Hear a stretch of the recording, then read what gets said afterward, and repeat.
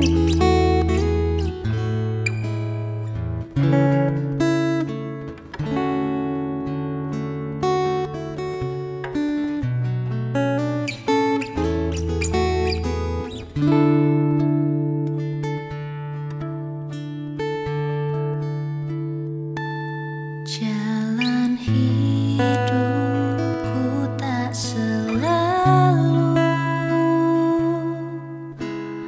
tanpa kabut yang pekat, namun kasih-Mu nyata padaku. Pada waktu-Mu yang tepat, seperti pelangi sehabis hujan, itulah janji setia-Mu Tuhan. Di balik dukaku telah menanti harta yang tak ternilai dan abadi.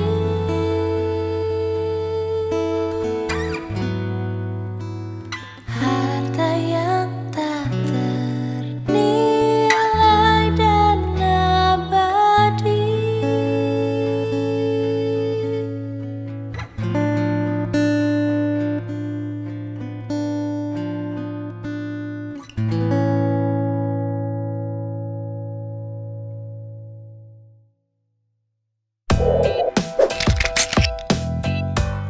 Halo, saya Dr. Winda dari Halo Dokter.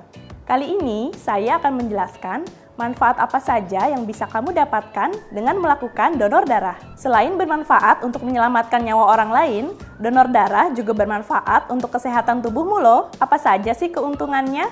Berikut ini penjelasannya. Yang pertama, melancarkan aliran darah dan menjaga kesehatan jantung.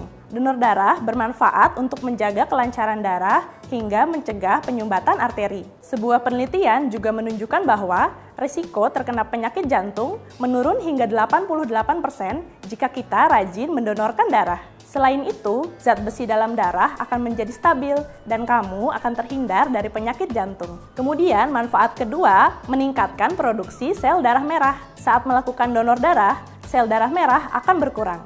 Sumsum tulang belakang pun segera memproduksi sel darah merah baru untuk menggantikan yang hilang. Dan ternyata, hal ini bermanfaat untuk menstimulasi pembentukan darah merah baru yang segar loh. Lalu yang ketiga, bisa cek kesehatan secara gratis. Sebelum mendonorkan darah, kamu akan melewati serangkaian prosedur, misalnya mengukur suhu tubuh, mengecek tekanan darah, mengukur nadi, dan juga mengecek hemoglobin.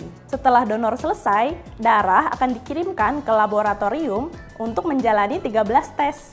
Nah, jika ada yang bermasalah dengan darahmu, biasanya kamu akan diberitahu. Selain berbuat mulia, kamu juga bisa tes kesehatan secara cuma-cuma. Manfaat selanjutnya yaitu memperpanjang usia. Ternyata, manfaat donor darah tidak hanya memberikan kesehatan secara fisik, batin kita pun menerima manfaatnya. Berbuat baik membuat kita hidup lebih lama.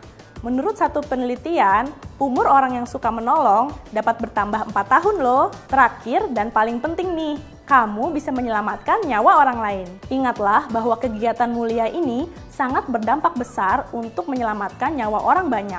Misalnya, korban kecelakaan, pasien operasi besar, penderita kanker atau kelainan darah, bahkan bayi baru lahir dengan kondisi medis tertentu. Untuk itu, jangan ragu untuk melakukan donor darah ya.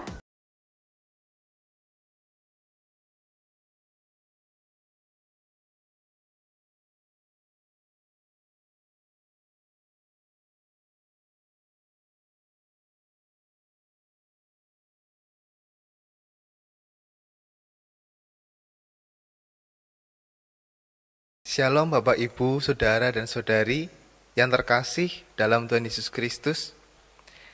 Kita berjumpa kembali dalam kebaktian online GKI Purbalingga. Berikut ini beberapa hal yang perlu kami sampaikan. Warta yang pertama, pelayanan firman. Yang melayani firman pada kebaktian online hari ini, Minggu 25 Juli 2021 adalah Pendeta Rudiarto Budi Prasetyo, STH, dari GKJ Purbalingga. Warta yang kedua, informasi dan kegiatan di GKI Purbalingga. Minggu 25 Juli 2021 pukul 8 WIB akan dilakukan kegiatan donor darah dengan tetap memperhatikan protokol kesehatan di ruang tunggu gereja. Mohon perhatian dan keikutsertaan anggota jemaat dan simpatisan GKI Purbalingga. Selanjutnya, Bapak Ibu dapat melihat informasi dan kegiatan-kegiatan di GKI Purbalingga yang akan dilaksanakan sepekan ke depan dalam warta jemaat yang telah dibagikan di WhatsApp Group, maupun dapat memintanya di kantor gereja. Sekian warta lisan yang kami sampaikan. Kami terus menghimbau anggota jemaat dan simpatisan agar tetap menerapkan protokol kesehatan sebagai wujud kesediaan kita memelihara kehidupan serta saling menjaga dan melindungi. Untuk itu, maka bagi Bapak Ibu Saudara yang sedang melakukan isolasi mandiri dapat menghubungi majelis jemaat di wilayah masing-masing. Dan bagi yang tergerak untuk menopang saudara kita yang terpapar, dapat menyampaikan bantuannya melalui majelis jemaat.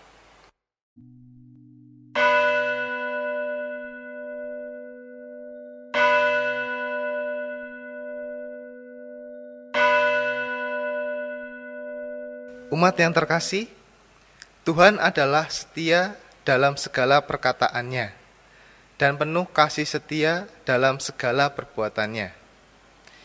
Jika saat ini kita kembali dipertemukan dalam kebaktian online, semua hanya karena kasih setianya kepada kita. Ia menopang semua orang yang jatuh dan menegakkan semua orang yang tertunduk. Ia dekat pada siapapun orang yang berseru kepadanya dalam kesetiaan. Oleh karena itu, sudah sepatutnya kita memuji Tuhan dengan segenap hati, batin, dan jiwa kita. Marilah kita juga mendekatkan kepada Allah dalam rasa syukur, dan dengan bangkit berdiri, kita menyanyikan KJ3, bait yang pertama dan kedua. Kami puji dengan riang.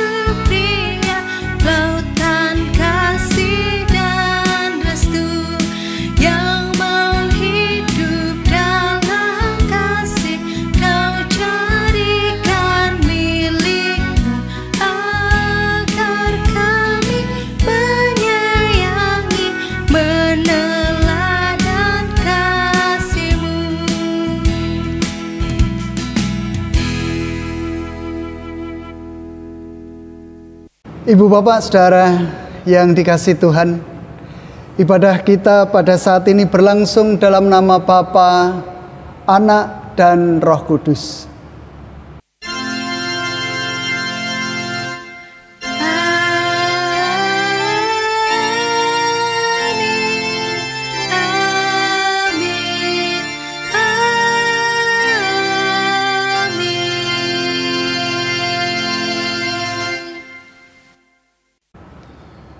Damai Kristus beserta saudara.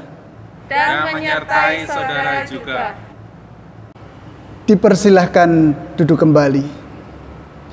Ibu bapak saudara yang dikasihi Tuhan, mengawali ibadah kita pagi hari ini, mari kita mengingat kembali sabda Tuhan yang disampaikan oleh Rasul Paulus kepada jemaat di Roma. Dalam surat Roma 8 ayatnya yang ke-35 demikian. Siapakah yang akan memisahkan kita dari kasih Kristus?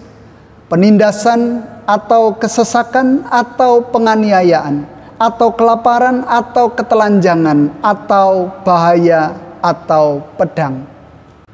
Saudaraku, kalau kita mau jujur di hadapan Tuhan, perjalanan kehidupan yang sudah kita lewati sampai dengan hari ini, ada banyak hal yang tidak berkenan di hadapan Tuhan. Sering kita mengecewakan Tuhan, baik dalam angan-angan, tutur kata, dan tingkah laku kita. Oleh karena itu saya mengajak, mari kita menyesali setiap dosa pelanggaran kita, mengakui di hadapan Tuhan, memohon ampunannya di dalam doa. Mari kita berdoa.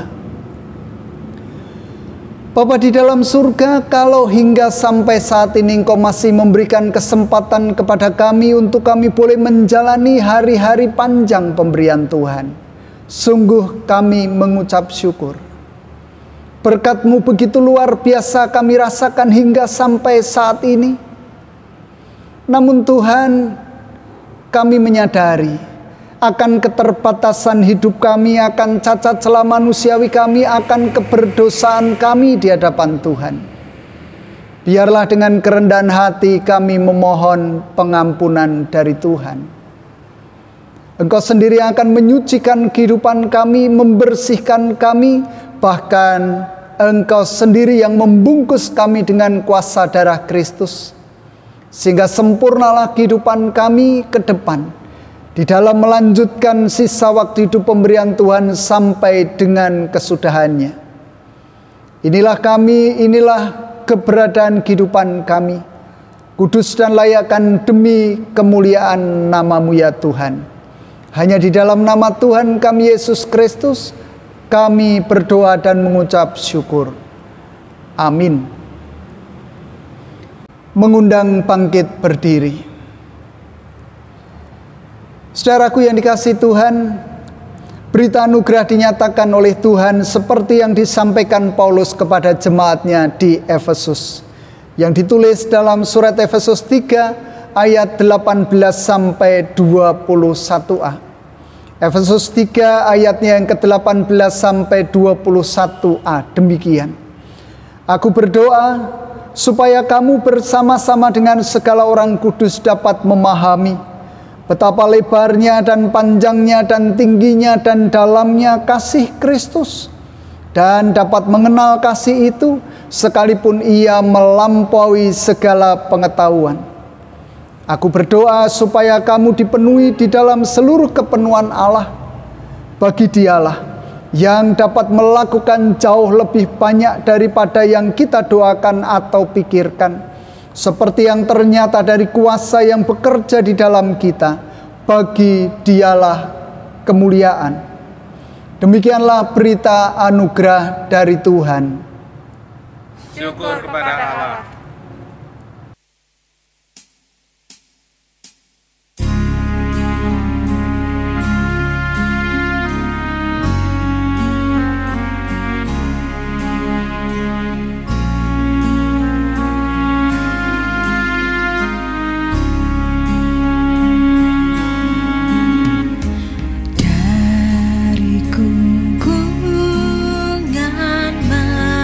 Malam gelap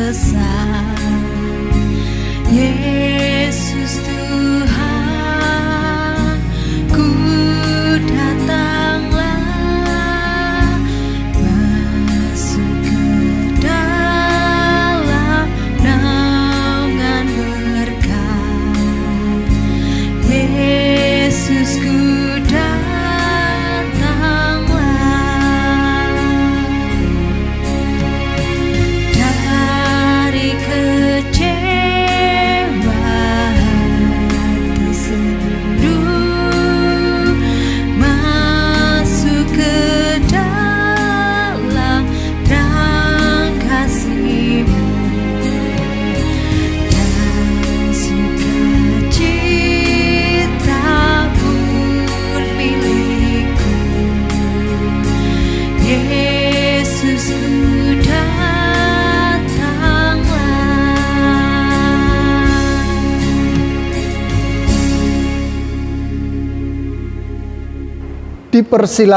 duduk kembali. Saatnya bagi kita untuk bersama-sama mendengar, merenungkan firman Tuhan, bahkan siap sedia melakukan di dalam kehidupan sehari-hari. Tetapi terlebih dahulu mari kita datang pada Tuhan di dalam doa. Kita berdoa. Kalau kami boleh mensyukuri atas setiap kesempatan waktu berkat yang tercurah dalam kehidupan kami hingga sampai saat ini. Kembali kami juga hendak bersama-sama belajar memahami akan karya yang Engkau nyatakan bagi dunia. Biarlah Engkau membuka mata batin kami, telinga pemikiran dan kehidupan kami. Engkau urapi dan kuasai dengan Roh Kudus-Mu, sehingga kami boleh mengerti, kami boleh menyimpannya dan coba melakukan di dalam kehidupan sehari-hari. Hamba-Mu yang hendak menyampaikan firman pun Tuhan akan urapi, akan Tuhan kuasai dengan Roh Kudus-Mu, sehingga saat berkata-kata bukan hanya keluar dari mulutnya sendiri, tetapi hikmat Tuhan ada di dalamnya. Terima kasih Tuhan, menyerahkan waktu ini sepenuhnya untuk Engkau kuasai dari awal hingga sampai akhir. Di dalam nama Tuhan kami Yesus Kristus kami berdoa. Amin. Ibu bapak saudara yang dikasihi Tuhan, inilah Injil Yesus Kristus menurut Yohanes 6 ayatnya yang pertama sampai 21. Yohanes 6 ayat yang pertama sampai 21. Ada dua perikop yang hendak kita gumuli bersama pagi hari ini. Sesudah itu Yesus berangkat ke seberang Danau Galilea, yaitu Danau Tiberias. Orang banyak berbondong-bondong mengikuti Dia karena mereka melihat mukjizat-mukjizat penyembuhan yang diadakannya terhadap orang-orang sakit. Dan Yesus naik ke atas gunung dan duduk di situ dengan murid-muridnya. Dan Paskah, hari raya orang Yahudi, sudah dekat.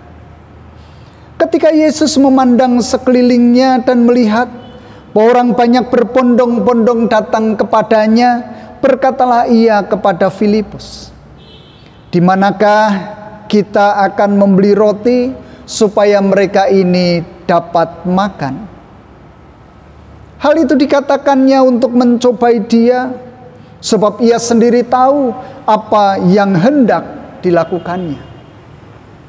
Jawab Filipus kepadanya, "Roti seharga 200 dinar tidak akan cukup untuk mereka ini, sekalipun masing-masing mendapat sepotong kecil saja."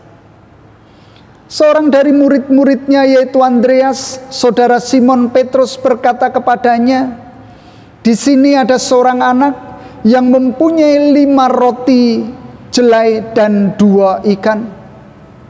Tetapi apakah artinya itu untuk orang sebanyak ini?" Kata Yesus, "Suruhlah orang-orang itu duduk." Adapun di tempat itu banyak rumput, maka duduklah orang-orang itu, kira-kira 5.000 laki-laki banyaknya. Lalu Yesus mengambil roti itu, mengucap syukur dan membagi-bagikannya kepada mereka yang duduk di situ. Demikian juga dibuatnya dengan ikan-ikan itu sebanyak yang mereka kehendaki. Dan setelah mereka kenyang, ia berkata kepada murid-muridnya, "Kumpulkanlah potongan-potongan yang lebih supaya tidak ada yang terbuang." Maka mereka pun mengumpulkannya dan mengisi 12 bakul penuh dengan potongan-potongan dari ke-5 roti jelai yang lebih setelah orang makan. Ketika orang-orang itu melihat mukjizat yang telah diadakannya, mereka berkata, "Dia ini adalah benar-benar nabi yang akan datang ke dalam dunia." Karena Yesus tahu bahwa mereka hendak datang dan hendak membawa Dia dengan paksa untuk menjadikan Dia raja, ia menyingkir pula ke gunung seorang diri. Dan ketika hari sudah mulai malam, murid-murid Yesus pergi ke danau, lalu naik ke perahu dan menyeberang ke Kapernaum. Ketika hari sudah gelap, Yesus belum juga datang mendapatkan mereka. Sedang laut bergelora karena angin kencang. Sesudah mereka mendayung kira-kira 2-3 mil jauhnya, mereka melihat Yesus berjalan di atas air mendekati perahu itu. Maka ketakutanlah mereka. Tetapi ia berkata kepada mereka, "Aku ini, jangan takut." Mereka mau menaikkan dia ke dalam perahu, dan seketika itu juga perahu itu sampai ke pantai yang mereka tujui. Demikianlah Injil Yesus Kristus. Hendaklah firman Tuhan dengan segala kekayaannya diam di dalam hatimu, dan ucaplah syukur. Haleluya.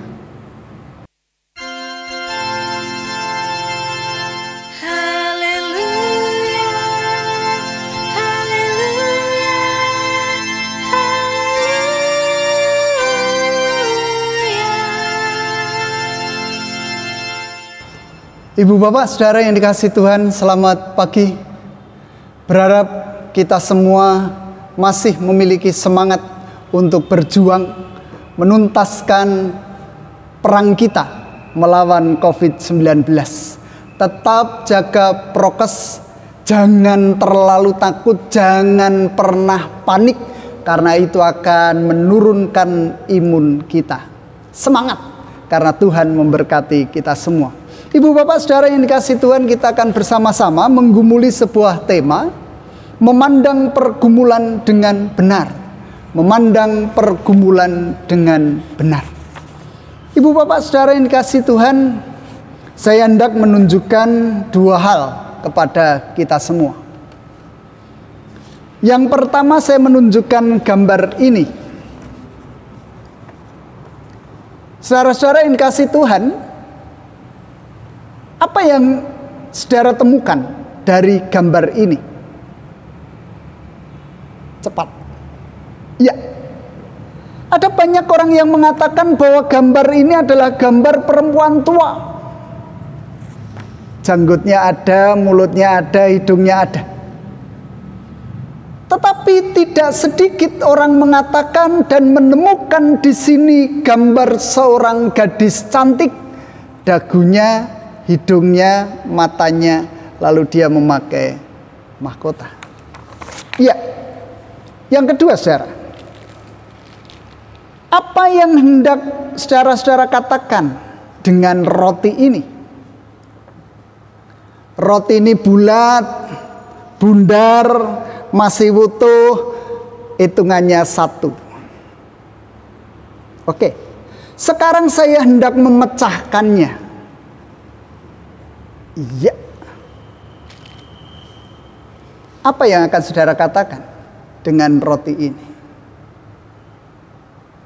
Saya percaya bahwa ada orang yang mengatakan bahwa roti ini tinggal separuh. Tetapi saya juga percaya bahwa tidak sedikit orang yang mengatakan bahwa roti ini masih separuh.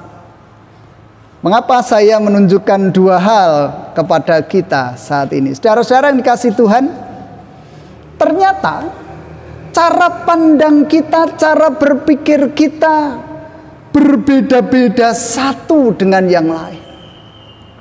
Tergantung dari sisi mana dia melihatnya. Ada yang melihat dari sisi yang lebih sempit, tetapi ada yang melihat dari sisi yang lebih luas dari itu. Tergantung juga dari kacamata yang kita pakai. Ada yang memandang dengan kacamata yang positif, namun tidak sedikit orang yang memandang dengan kacamata negatif. Sehingga konon kabarnya ketika orang melihat gambar ini dan menemukan sosok perempuan tua, konon kabarnya nih, Semoga tidak benar. Bahwa orang itu mengalami pesimisme. Ada kacamata negatif di sana. Seolah-olah kehidupannya hendak segera berakhir.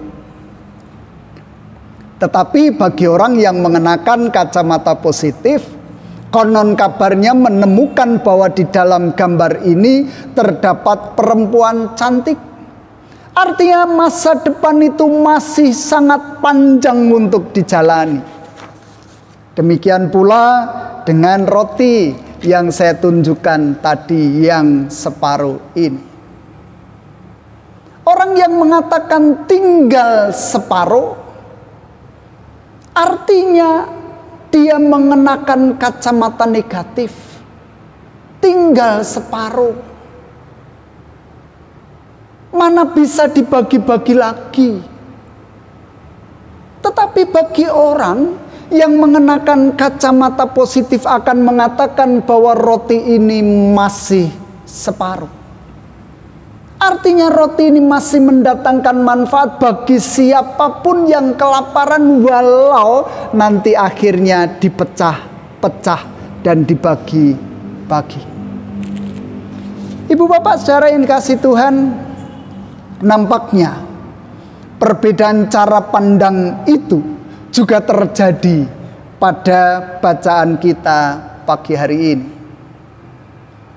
Yohanes 6 ayatnya yang ke-1 pertama sampai 21. Dan kalau kita mencoba mengingat ulang khotbah minggu lalu tanggal 18 Juli 2021 yang mengambil dari Markus 6 ayatnya mulai yang ke-30. Settingnya sama pemikiran saya, hanya sedikit perbedaan saja. Saya hendak mengajak ke sana. Latar belakang perbedaan pandangan itu bisa terjadi ketika saudara-saudara memperhatikan apa yang tertulis dalam ayat yang ke-31 dari Markus 6. Bagian-bagian tengah sampai ke belakang. Marilah ke tempat yang sunyi supaya kita sendirian dan beristirahatlah seketika. Dan bagian terakhir, sehingga makan pun mereka tidak sempat. Nampaknya ayat di dalam Markus ini hendak mengatakan kepada kita bahwa mereka dalam kondisi capek nih. Capeknya luar dalam. Menghadapi banyak orang, menghadapi tugas pelayanan, pekerjaan yang nampaknya menyita waktu dan tenaga mereka. Sehingga sampai-sampai mereka tidak makan. Kan begitu. Dan itulah nampaknya yang menjadikan mereka yang berharap ngaso, berharap istirahat, berharap jangan diganggu lagi deh tentang persoalan orang-orang itu. Mereka menganggap bahwa orang-orang itu urusannya dengan kita apa? Saudara bukan, sanak bukan, famili bukan, murid-murid Yesus pun bukan. Ternyata harapan mereka untuk ngaso, untuk istirahat tadi tidak bisa juga. Kembali kita memperhatikan apa yang tertulis dalam Yohanes 6, terlebih ayatnya yang kedua. Dikatakan di sana orang banyak berbondong-bondong mengikuti dia, mengikuti Yesus. Bahkan lebih lanjut dikatakan jumlah mereka di dalam ayatnya yang ke-10 kira-kira 5.000 laki-laki banyaknya. Laki-laki doang. Belum yang perempuan, belum anak-anaknya.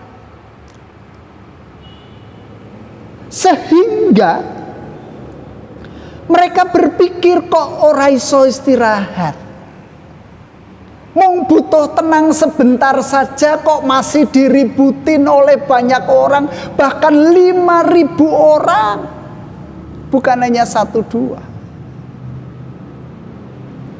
Sehingga menurut saya sangat wajar saudara. Ketika lalu muncul pandangan yang berbeda antara para murid dengan Tuhan Yesus. Walaupun tentu ada syarat. Ketika orang mengikut Yesus harus memiliki cara pandang yang sama dengan Tuhan Yesus. Lalu perbedaan cara pandang itu terletak di mana, Ibu, Bapak, dan Saudara? Kita memperhatikan di ayatnya yang ke-7. Jawab Filipus kepadanya, roti seharga 200 dinar tidak cukup untuk mereka ini sekalipun masing-masing mendapat sepotong kecil saja. Ada nada pesimis di sana. Apa ya cukup duit yang 200 dinar ini untuk menghidupi mereka yang 2.000 lebih, 5.000 orang banyaknya. Mereka berhitung mana cukup memberi makan sebanyak ini. Bisa jadi kita tidak akan pernah mengalami keuntungan tetapi kerugian. Tetapi apa yang Yesus katakan? Yesus tidak memberikan jawab apapun, tetapi di ayat yang ke-10, suruhlah orang-orang ini duduk. Kita bisa membayangkan saudara-saudara di tengah keletihan yang sama antara Yesus dengan para murid. Capeknya juga luar dalam. Tetapi nampaknya kita juga masih dibawa kepada Markus 6 ayatnya yang ke-34 bagian bawah. Tergeraklah hatinya oleh belas kasihan kepada mereka. Yesus tidak menghitung berapa ratus yang harus keluar, berapa ribu duit yang harus keluar, karena tergerak oleh belas kasihan. Yesus cara pandangnya berangkat dari belas kasihan. Yang kedua, saudara, ada murid Yesus yang bernama Andreas, saudara Simon. Sekilas dia memiliki pandang positif, menunjukkan kepada Yesus bahwa ini loh, ada anak yang membawa 5 roti jelai dan 2 ikan. Tetapi nampaknya optimismenya itu digagalkan oleh pemikirannya sendiri, pandangannya sendiri, dengan mengatakan, tetapi apakah artinya itu untuk orang sebanyak ini?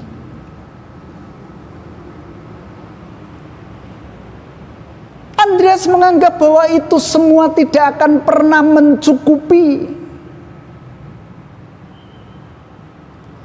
Dia lebih melihat untung ruginya daripada manfaatnya. Wong cuma 5 kok. Gimana bisa bermanfaat bagi mereka? Tetapi nampaknya Tuhan Yesus melihat bahwa apa yang ada di hadapannya itu pasti ada manfaatnya. Bahkan ketika di ayat yang ke-11 bagian terakhir, sebanyak yang mereka kehendaki. Mereka makan kenyang nih. Tuhan Yesus berhasil menunjukkan ini loh. Walaupun hanya 5, tetapi juga bermanfaat bagi mereka. Saudara-saudara yang dikasihi Tuhan,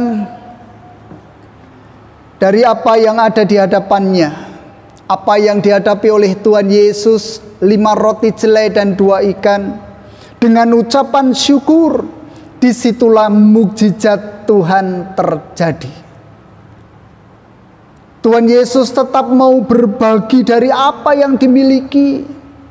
Tuhan Yesus tetap mengucap syukur dari apa yang ada padanya. Dan tentu cara pandang inilah yang bisa menjadikan orang lain tertular oleh apa yang diteladankan oleh Tuhan Yesus. Orang-orang pada waktu itu merasakan ketakutan. Karena bagaimanapun juga ada tradisi di dalam kehidupan masyarakat Yahudi atau Israel ketika itu. Kalau mereka bepergian kemana-mana, mereka pasti membawa bekal. Tetapi bekal itu untuk diri mereka masing-masing. Dan saat mereka harus berkumpul dengan banyak orang, ada pemikiran bahwa bekal saudaraku di sebelah kanan, di sebelah kiriku sudah mulai habis.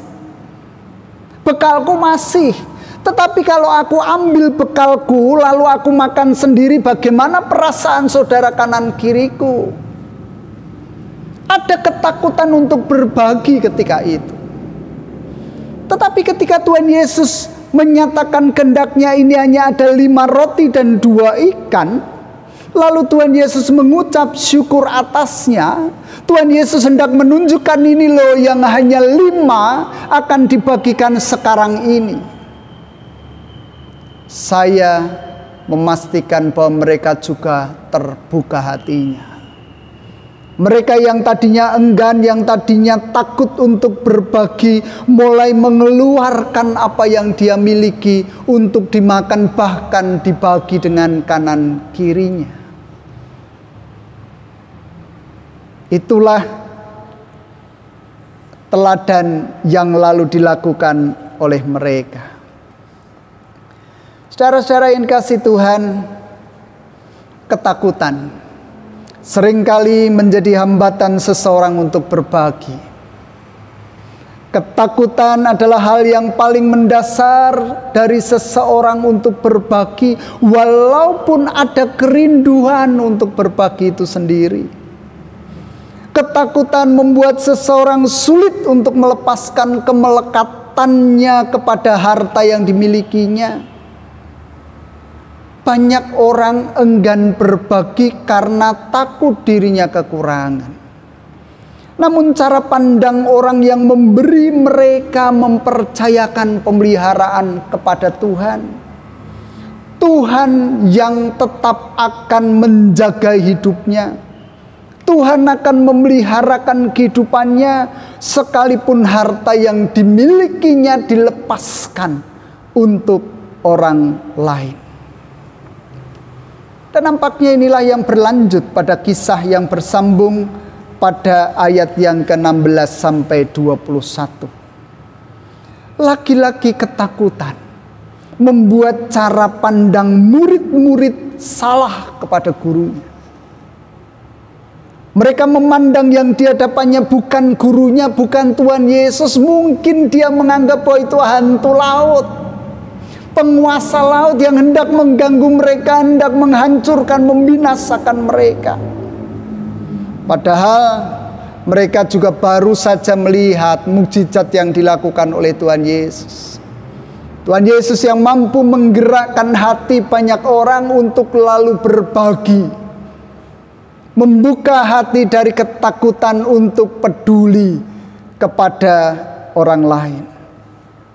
Sehingga sebenarnya bukan sesuatu yang mustahil kalau gurunya yang mampu melakukan mukjizat itu mampu juga berjalan di atas air. Sehingga Tuhan Yesus menenangkan mereka dan kembali memperkenalkan dirinya, memperkenalkan kuasanya. Jangan takut, aku inilah, aku ini. Jangan takut. Saudara-saudara yang kasih Tuhan, kisah Tuhan Yesus memberikan makan kepada 5.000 orang tentu sejalan dengan apa yang dituangkan dalam bacaan pertama dari 2 Raja-Raja 4 ayatnya yang ke-42 sampai 44, yang menceritakan kisah Elisa yang memberikan makan 100 orang pada waktu ada kelaparan yang melanda. Cara pandang Elisa juga berbeda dengan cara pandang murid-muridnya. Karena di sana hanya ada 20 roti jelai serta gandum. yang mestinya itu diperuntukkan bagi Elisa. Tetapi Elisa tidak menutup pintu berkat. Dia membukanya, lalu dia mau berbagi kepada 100 orang, walau 20 roti jelai. Tetapi toh yang sedikit itu ternyata masih bermanfaat. Saudara-saudara yang dikasihi Tuhan, dalam sujudnya Paulus berdoa agar umat memiliki cara pandang Kristus. Di depan saya katakan bahwa ketika kita sudah sepakat untuk menjadi murid Yesus, cara pandang kita pun harus berubah. Cara pandang kita adalah cara pandang Kristus. Ketika Kristus menetap di hati kita, maka kita bisa melihat cara pandangnya, yaitu kita memahami betapa lebarnya dan panjangnya dan tingginya dan dalamnya kasih Kristus itu. Sehingga saudaraku, mari pakailah cara pandang Kristus untuk melihat setiap persoalan yang ada dan melangkah menjalani hari-hari dalam kehidupan kita. Dialah yang dapat melakukan jauh lebih banyak dari apa yang kita doakan atau pikirkan, yang seperti ternyata dari kuasa yang bekerja di dalam kita. Dan Paulus menutup doanya dengan pujian. Doksologi ini menunjukkan iman Paulus bahwa Allah dapat melakukan jauh lebih banyak dari semua yang kita doakan dan kita pikirkan. Dia tidak sulit untuk dipahami sejauh manusia mengerti cara pandang yang dipakai oleh Kristus. Dan hendaklah kita, kalau sampai dengan hari ini masih diberi kesempatan untuk menikmati COVID-19, mari kita pun bercara pandang Kristus yang optimis, yang positif. Bahwa di balik badai hujan itu akan segera datang pelangi. Dengan peristiwa yang seperti ini, yang menyakitkan, yang menyedihkan, yang membuat kita galau, takut, khawatir, di balik itu kita diajak untuk peduli kepada sesama kita. Kita diajak untuk terus hidup sehat. Kita diajak untuk tidak sembrono menghadapi situasi kehidupan ini. Kita diajak untuk menjaga orang lain juga supaya mereka pun tetap sehat. Dan oleh sebab itu, mari kembali kita memiliki cara pandang yang benar di dalam menghadapi setiap pergumulan kehidupan kita. Terus semangat, terus berjuang. Sebab Tuhan mengiring langkah kita, Tuhan bersama-sama dengan kita, Tuhan memberikan kekuatan kepada kita untuk kita tegap melangkah menjalani hari-hari panjang yang sulit ini. Tuhan memberkati kita semua. Amin. Saat teduh untuk kita.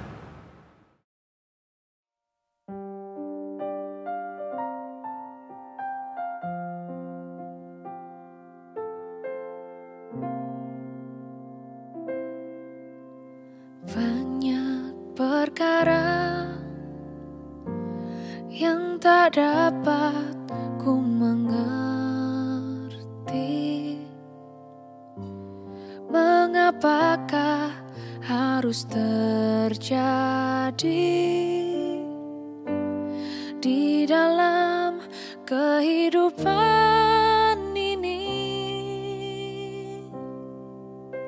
Satu perkara yang ku simpan dalam hati, tiada satu pun kan terjadi tanpa Allah peduli. Allah mengerti, Allah peduli segala persoalan yang kita hadapi, tak akan pernah dibiarkannya ku bergumul sendiri, sebab Allah mengerti.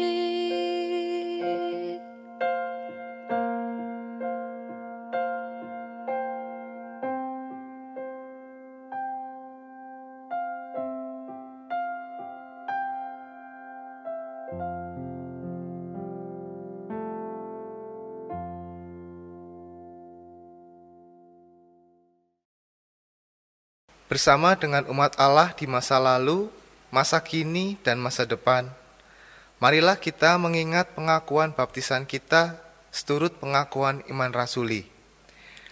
Aku percaya kepada Allah, Bapa yang Maha Kuasa, Khalik langit dan bumi, dan kepada Yesus Kristus, anaknya yang tunggal Tuhan kita, yang dikandung dari Roh Kudus, lahir dari anak darah Maria, yang menderita sengsara di bawah pemerintahan Pontius Pilatus, disalibkan, mati dan kuburkan, turun ke dalam kerajaan maut. Pada hari yang ketiga, bangkit pula di antara orang mati, naik ke surga, duduk di sebelah kanan Allah, Bapa yang Maha Kuasa, dan dari sana ia akan datang untuk menghakimi orang yang hidup dan yang mati. Aku percaya kepada Roh Kudus, gereja yang kudus dan enam, persekutuan orang kudus, pengampunan dosa, kebangkitan orang mati, dan hidup yang kekal. Amin. Saudara-saudara yang kasih Tuhan, kita akan bersama-sama datang pada Tuhan di dalam doa untuk sahabat-sahabat kita. Kita berdoa. Bapa di dalam surga, senantiasa kami naikkan syukur di hadapan Tuhan, karena berkat-Mu yang tidak pernah terputus dan terhenti sampai dengan hari ini. Walaupun di samping itu kami juga merasakan kesedihan, keprihatinan, penderitaan, karena sudah sekian lama kami harus menanggung beban. Setiap saat kami harus mendengar sirine, setiap saat kami harus melihat mobil ambulan maupun mobil jenazah yang silih berganti hadir di dalam kehidupan kami. Bahkan kami harus membaca, kami harus mendengar ada banyak saudara-saudara kami yang terpapar COVID-19 yang akhirnya satu persatu menghadap hadirat Tuhan. Bukan karena mereka tidak mendapatkan pertolongan, tetapi Engkau yang berkuasa atas kehidupan ini, sehingga Engkaulah yang mengambil mereka satu persatu di saat kami belum siap benar. Bapa di dalam surga, tentu Engkau mengetahui itu. Engkau mengetahui jerit kami, Engkau mengetahui tangis kami, Engkau mengetahui keluh kami. Oleh sebab itu kasihani kami ya Tuhan. Bukan saja memperhatikan doa-doa kami, tetapi kami percaya Engkau akan mengangkat sakit penyakit itu dari kami. Engkau akan memusnahkan, menyingkirkan pandemi COVID-19 tidak lama lagi. Bapa di dalam surga, Engkau mengasihi kami, Engkau memperhatikan kami, Engkau menyertai sepanjang kehidupan kami. Bahkan saudara-saudara kami yang sudah lama menderita sakit, Engkau akan menolongnya dan Engkau akan membebaskan mereka. Upaya setiap para dokter jurawat yang terlibat di dalam penanganan COVID maupun sakit yang biasa, tenaga pastoral yang mendampingi mereka, Tuhan memberikan kesehatan, kekuatan, kedamaian, kesentosan, sehingga mereka boleh lebih lagi melayani Tuhan di bidang mereka. Bahkan kalau Engkau memberikan saudara-saudara kami yang sudah lanjut umur, Tuhan akan memberkati dengan kekuatan, kedamaian, kesentosan, sehingga mereka terus berharap bahwa Tuhan akan memberikan pembebasan pada akhirnya. Gereja milik Tuhan, terlebih GKI Purbalingga, dengan pelayan-pelayan khusus yang telah Engkau panggil untuk boleh melayani jemaat-Mu di GKI Purbalingga. topang kehidupannya, berkati tugas pelayanannya, dan keluarganya pun Tuhan akan beri kesehatan kekuatan. Bahkan kami berdoa untuk diadakannya pendeta yang harus ngesui GKI Purbalingga, mendampingi jemaatmu di Purbalingga. Kudus dan layakkan semuanya boleh terjadi sesuai dengan kehendak dan rancangan Tuhan. Bapa di dalam surga, kami juga berdoa untuk bangsa dan negara kami. Berdoa untuk pemimpin-pemimpin kami, pemerintahan kami, yang berupaya keras untuk mengentaskan kami dari berbagai macam persoalan. Tuhan akan memberikan kekuatan kepada mereka, sehingga mereka boleh bekerja melayani Engkau dengan sepenuh hati. Tuhan campur tangan di dalamnya. Dan saat ini, kami juga memohonkan berkat untuk kehidupan kami masing-masing pribadi. Biarlah Tuhan mendengar apa yang menjadi seruan pribadi kami.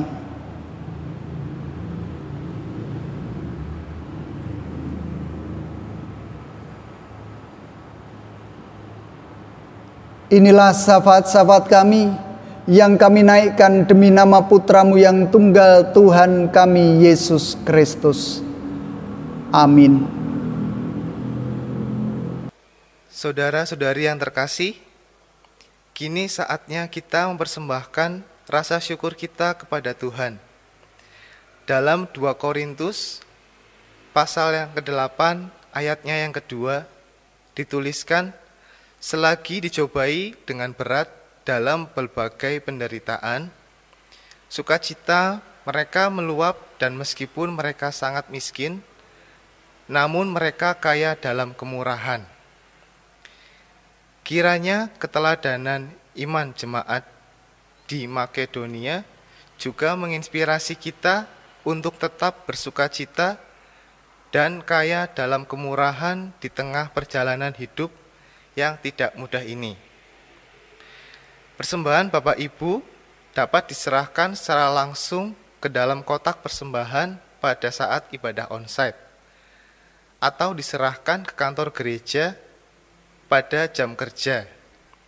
Selain itu, Bapak Ibu juga dapat menyampaikan persembahan dengan transfer ke rekening gereja.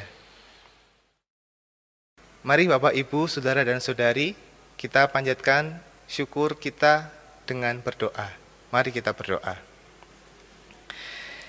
Ya Tuhan Allah Bapa yang bertahta dalam kerajaan surga, kami sungguh sangat mengucap syukur dan terima kasih Tuhan atas segala berkat yang telah Engkau berikan kepada kami sampai saat ini Tuhan. Pada saat ini kami hamba-hamba-Mu mengucap syukur dan akan memberikan sedikit persembahan kami Tuhan. Kiranya Tuhan dapat memberkati persembahan kami sehingga dapat memperluas kerajaan-Mu di dunia ini Tuhan. Terima kasih Bapa, kami menyerahkan kehidupan kami hanya ke dalam tangan-Mu saja Tuhan.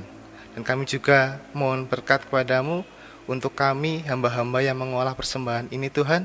Engkau berkati tangan-tangan kami sehingga persembahan ini bisa berguna bagi gereja-Mu dan jemaat-Mu di dunia ini Tuhan. Terima kasih Bapa atas segala berkat yang telah Engkau berikan kepada kami. Hanya dalam nama Tuhan Yesus kami sudah berdoa dan mengucap syukur. Amin.